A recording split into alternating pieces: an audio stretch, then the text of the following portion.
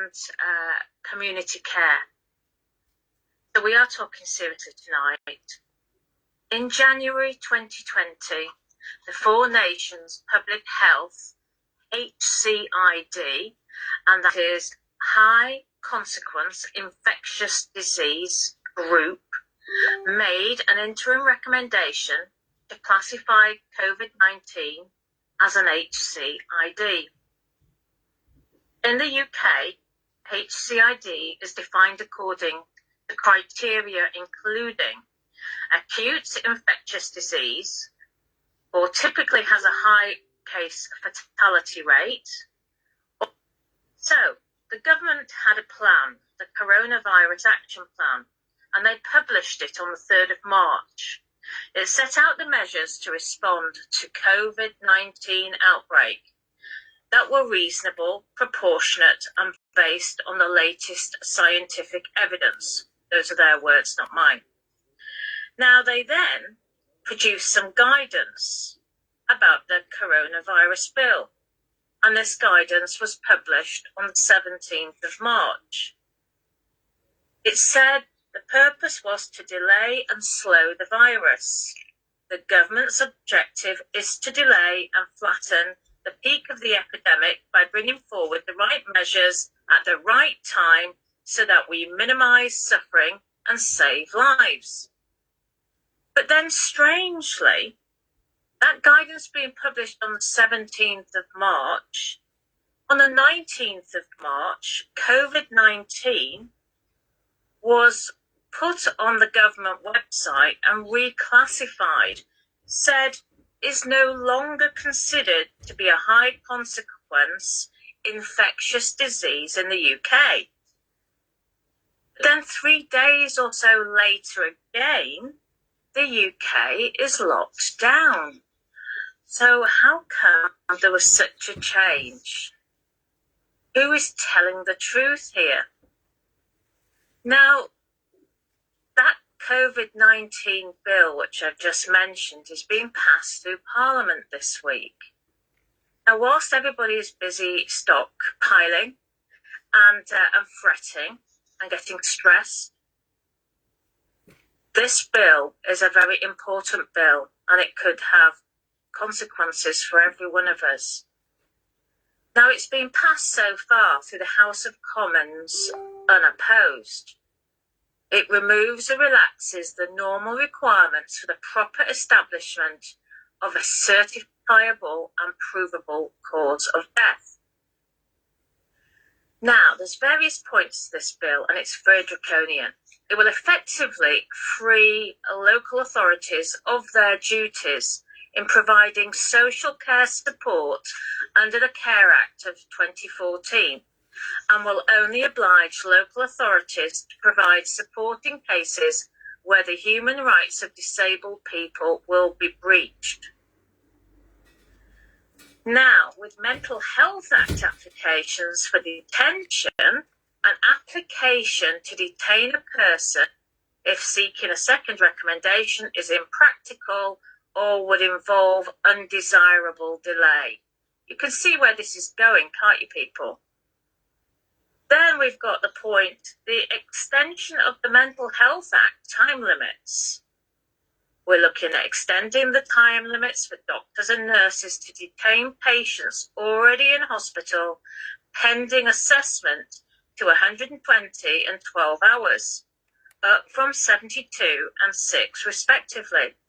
It allows the people to detain a person in a place of safety for 36 hours under Section 135 and 136 of the Mental Health Act, up from the current 24.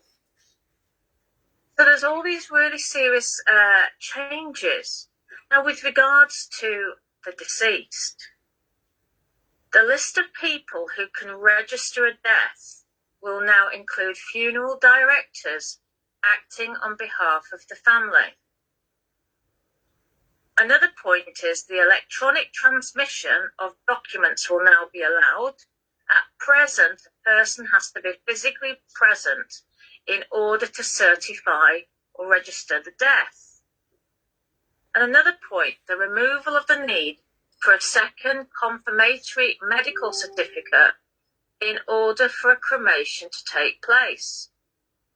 The coroner is only to be notified where a doctor believes there is no medical practitioner who may sign the death certificate, or that they are not available within a reasonable time of the death. So it reads to me an indecent haste to burial, or more likely cremation, as a result of this bill, and this could potentially destroy or contaminate evidence should the cause of death be queried in the future. This is a dire turn of events, utterly alarming and more than serious. I'm sure you'll agree. So, does the government have knowledge before the fact, as if so, it and its officers could be culpable in a crime against our society? Is something being covered up? Is this the plan? You have to ask yourself, don't you? What is our government planning? Are they wanting to cremate us all? According to the BMA website, dated the 11th of October 2013, it states the requirement to have 2 independent medical practitioners complete forms to ensure that the medical circumstances of the death is corroborated and removes the likelihood of questions about wrongdoing by the medical practitioner and their involvement in the death. Well, let's not forget Harold Shipman. In 1977,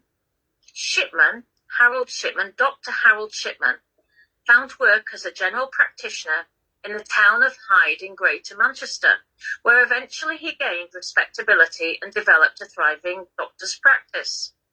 In 1998, one of his patients, an 81-year-old lady, was discovered dead in her home only hours after Shipman had visited her. Her father was perplexed by the suddenness of her death.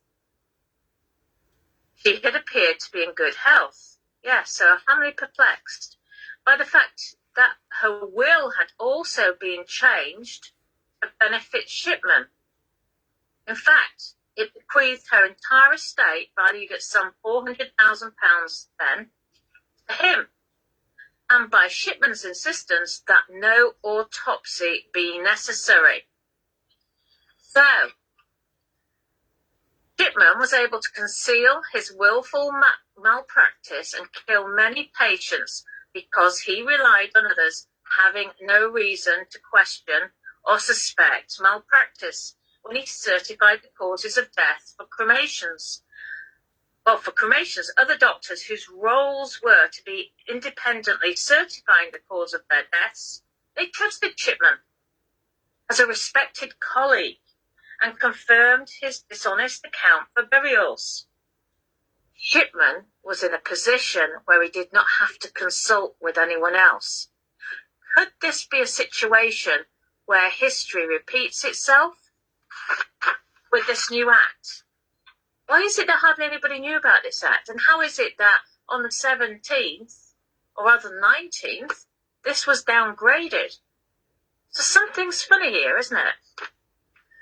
Finally, in 2000, Harold Shipman was convicted on 15 counts of murder and 1 count of forgery and sentenced to life in prison. He eventually committed suicide and hung himself in his cell. So finally, some of the deaths that may occur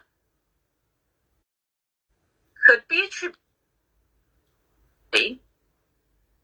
for example, difficulty in breathing, lung problems, pneumonia, when in actual fact the true cause could be due to people being exposed to and breathing in toxic plane emissions, for example. Even if no immediate deaths from the last few months and weeks of polluting plane emissions, which has been happening for at least 5 years, and anecdotally for decades, the long-term adverse health consequences to the whole population of our constantly polluted skies, and it's not carbon dioxide, as this is neither harmful to life or a pollutant, could have serious magnitude never seen before. So we must be careful. We shouldn't be rushing people off and burying them and cremating them without due care and attention.